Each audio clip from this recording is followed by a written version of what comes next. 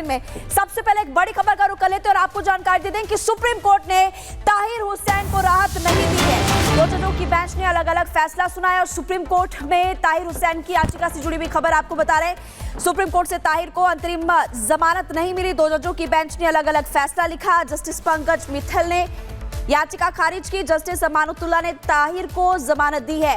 ताहिर ने चुनाव प्रचार के लिए राहत मांगी थी, लेकिन इस वक्त ये बड़ी खबर आपको बता रहे, दो जजों की बेंच ने अलग अलग फैसला सुनाया।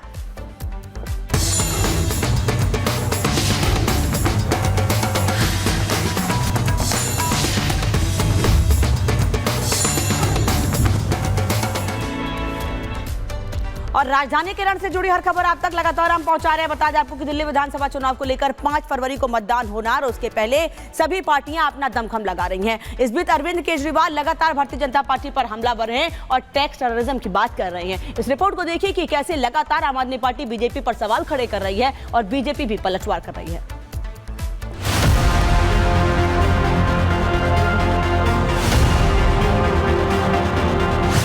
जैसे जैसे दिल्ली चुनाव का समय नजदीक आ रहा है, राजनीति के अखाड़े में लड़ाई दिलचस्प होती जा रही है।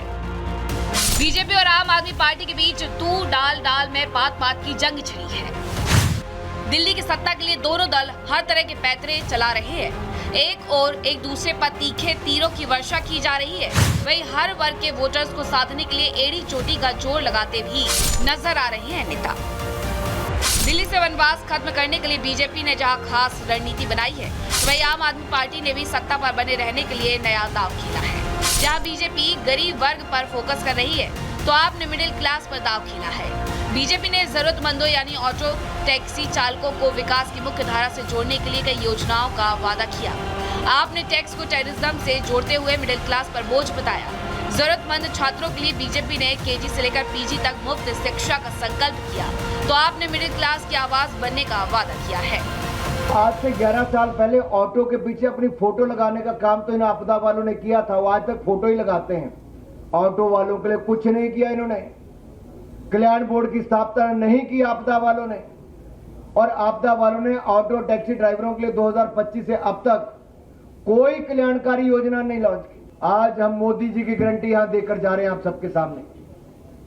ऑटो और टैक्सी ड्राइवरों के लिए हम auto taxi driver welfare board बनाएंगे, कल्याणकारी बोर्ड बनाएंगे, और इसका गठन करने के बाद हम 10 लाख रुपए तक का जीवन बीमा और 5 लाख रुपए तक का दुर्घटना बीमा हम अपने टैक्सी ड्राइवर और ऑटो वाले भाइयों को देंगे।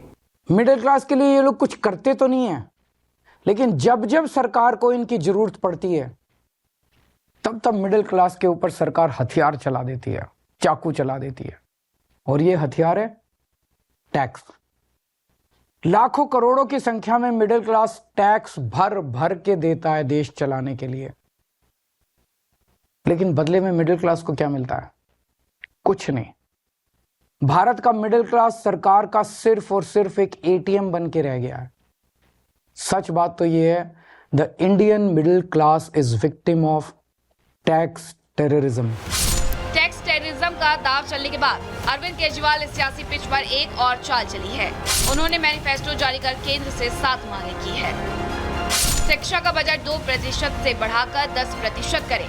उच्च शिक्षा के लिए सब्सिडी और छात्रवृत्ति दी जाए। स्वास्थ्य बीमा से टैक्स हटवाया जाए। इनकम टैक्स में 10 लाख रुपए तक छूट हो। आवश्यक वस्तुओं से जीएसटी हटाया जाए। बुजुर्गों का सभी अस्पतालों में मुफ्त इलाज हो। बुजुर्गों को रेल टिकट में 50% छूट मिले। आपकी मांग वाले मैनिफेस्टो पर बीजेपी ने तंज कसा है। आज मैं केंद्र सरकार से 7 डिमांड कर रहा हूं, 7 पॉइंट डिमांड्स मिडिल क्लास की तरफ से। पहला, शिक्षा का बजट 2% से बढ़ा के 10% किया जाए। प्राइवेट स्कूलों की फीस पे लगाम लगाई जाए पूरे देश में। उच्च शिक्षा के लिए, हायर एजुकेशन के लिए सब्सिडी और स्कॉलरशिप्स दी जाएं। हेल्थ का बजट भी बढ़ा के 10% किया जाए और हेल्थ इंश्योरेंस से टैक्स हटाया जाए। बीजेपी दिल्ली में सरकार बनाने के लिए पूरी ताकत झोंक रही है। बीजेपी का एजेंडा विकास है। यही वजह है कि दिल्ली की तस्वीर पेश कर आप पर हर रोज नए वार कर रही है। वहीं भ्रष्टाचारों के आरोपों में घिरे आम आदमी पार्टी के मुखिया अरविंद केजरीवाल के लिए इस बार का चुनाव साख का सवाल बन गया है। चुनाव जीतकर केजरीवाल साफ इमेज का संदेश देना चाहते हैं और अपने ऊपर लगे हर दाग को धुलना चाहते हैं। यही वजह है कि केजरीवाल ने अपने सारे घोड़े खोल दिए हैं और मिडिल क्लास को देश का सुपर पावर बता रहे हैं। Bureau report, Republic Bharat.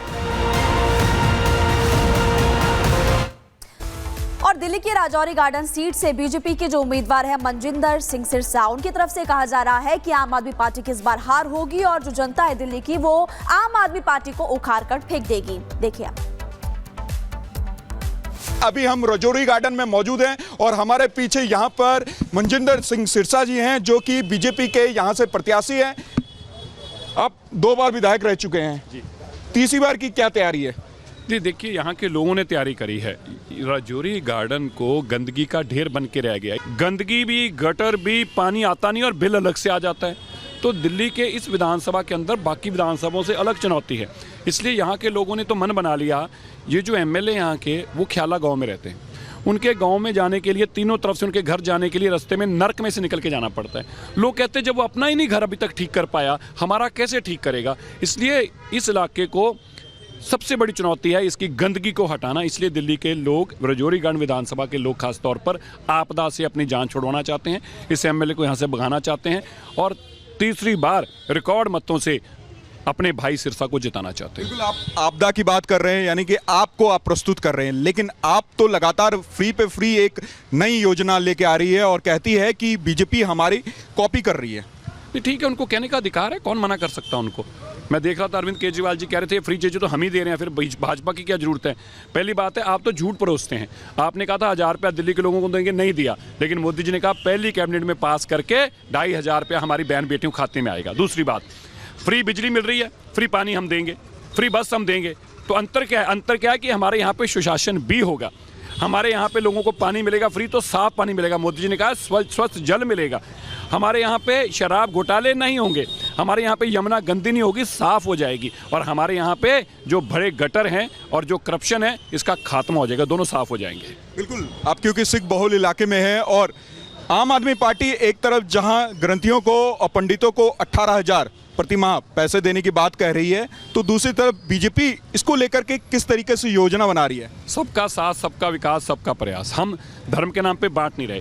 वो 10-12 साल तक तो केवल मौलवियों को, वो मौलानों को देती रही। जब सरकार चले गई, अब कहती है हम आएंगे तो सिखों को और मंदिर के पुजारियों को देंगे। तो भैया 12 साल तक उन मौलानों को क्यों दे रहे थे फिर आप? एक बैनर पोस्टर बहुत दिल्ली में देखा जहां क्वेश्चन मार्क था, अरविंद केजरीवाल की एक तस्वीर थी और उसके बाद एक क्वेश्चन मार्क था। आपने भी देखा होगा। जी देखा। वो अरविंद केजरीवाल ठीक ही तो कह रहे हैं ना, गाली गलौज पार्टी है उनकी पार्टी, और उनके पास सीएम का चेहरा ही नहीं है। अरविंद केजरीवाल देखिए आज इस दिल्ली के अंदर कितनी बदकिस्मती आम आदमी पार्टी के लिए। 12 साल राज करने के बाद अरविंद केजरीवाल जी के पास एक मुख्यमंत्री का चेहरा नहीं है। अतिशी वो कह रहे हैं बन नहीं सकती दोबारा, कह रहे हैं टेम्परेरी है। खुद वो बन नहीं सकते क्योंकि सुप्रीम कोर्ट ने उनके बनने पे रोक लगाई है, इसीलिए उन्होंने रिजाइन किया। अगर खुद रह सकते तो रहते ही। तो फिर बताएं अरविंद केजरीवाल जी, आपका मुख्यमंत्री का चेहरा कौन है? नहीं, लेकिन वो तो कह रहे हैं कि मुख्यमंत्री के चेहरे वो खुद हैं। अगर दिल्ली की जनता विश्वास करेगी तो उनको फिर से जिताएगी। तो इसीलिए तो मैं बता रहे हैं ना कि वो आरोप ये लगा रहे हैं बीजेपी ने तय नहीं किया, इसलिए क्वेश्चन मार्क डाल रहे हैं। मैं ये बता रहा हूँ, वो खुद ही नहीं बन सकते ना। अगर वो मुख्यमंत्री का चेहरा है तो हटे क्यों? उन्होंने रिजाइन क्यों दिया? वो इसीलिए तो हटे क्योंकि सुप्रीम कोर्ट ने कहा आपने शराब घोटाला किया, फाइलें साइन नहीं कर सकते। आपने शराब घोटाला किया, आप सीएम दफ्तर में नहीं जा सकते। जब आप सीएम दफ्तर में जा ही नहीं सकते, फाइल साइन नहीं कर सकते, तो आप ओथ कैसे ले सकते हैं? जब आप ओथ नहीं ले सकते तो सीएम का चेहरा कौन है? क्या अमनतुल्ला खान है सीएम का चेहरा? बताइए अरविंद जी। दिल्ली में एक मुद्दा सबसे ज्यादा गरमाया हुआ इस बार, इलेक्शन कमीशन भी इस बीच उनको सुलझाने में लगा हुआ है, वो है फर्जी वोटर का। हाँ, लगातार ही एक तरफ जहां आम आदमी पार्टी आरोप ये लगा रही है कि जो बीजेपी के नेता हैं वो फर्जी वोटर अपने ही एड्रेस पे बना रहे हैं, और दूसरी तरफ आपके द्वारा आरोप लगाया जा रहा है कि खुद आम आदमी पार्टी बाहर से लोगों को ला करके यहाँ पे वोट तैयार करने का काम कर रही है। मेरे इलाके में 10-12 हज़ार वोट बनी है, सारी मुस्लिम वोट बनी है, और कोई आदमी 50 साल का, कोई 55 साल का। ये कहाँ से आए हैं? ये रोहिंग्या नहीं है, अगर बांग्लादेशी इन्फ्लिट्रेटर्स नहीं हैं तो फिर कौन है? और इनके ऊपर विश्वास क्यों है अरविंद केजरीवाल जी को? अरविंद केजरीवाल जी को अपने दिल्ली के वोटरों पर विश्वास क्यों नहीं है? ये बहुत बड़ा